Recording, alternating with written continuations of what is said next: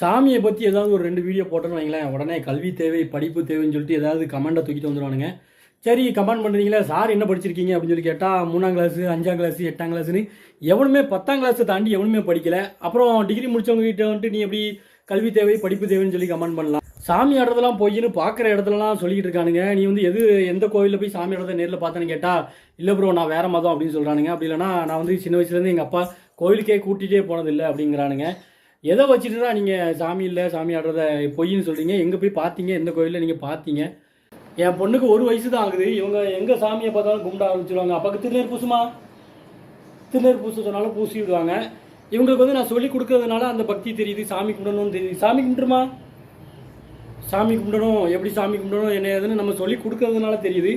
யாருமே சொல்லி கொடுக்கல அப்படிங்கிறதுனால அவங்களுக்கு சாமியை தெரியல, நேரில் போய் பார்க்கல, சாமியை பற்றி தெரியல, அவ்வளோதான். மற்றபடி சாமி இல்லை சாமியோடலாம் பொய்ன்னு எவனாலையும் சொல்ல முடியாது.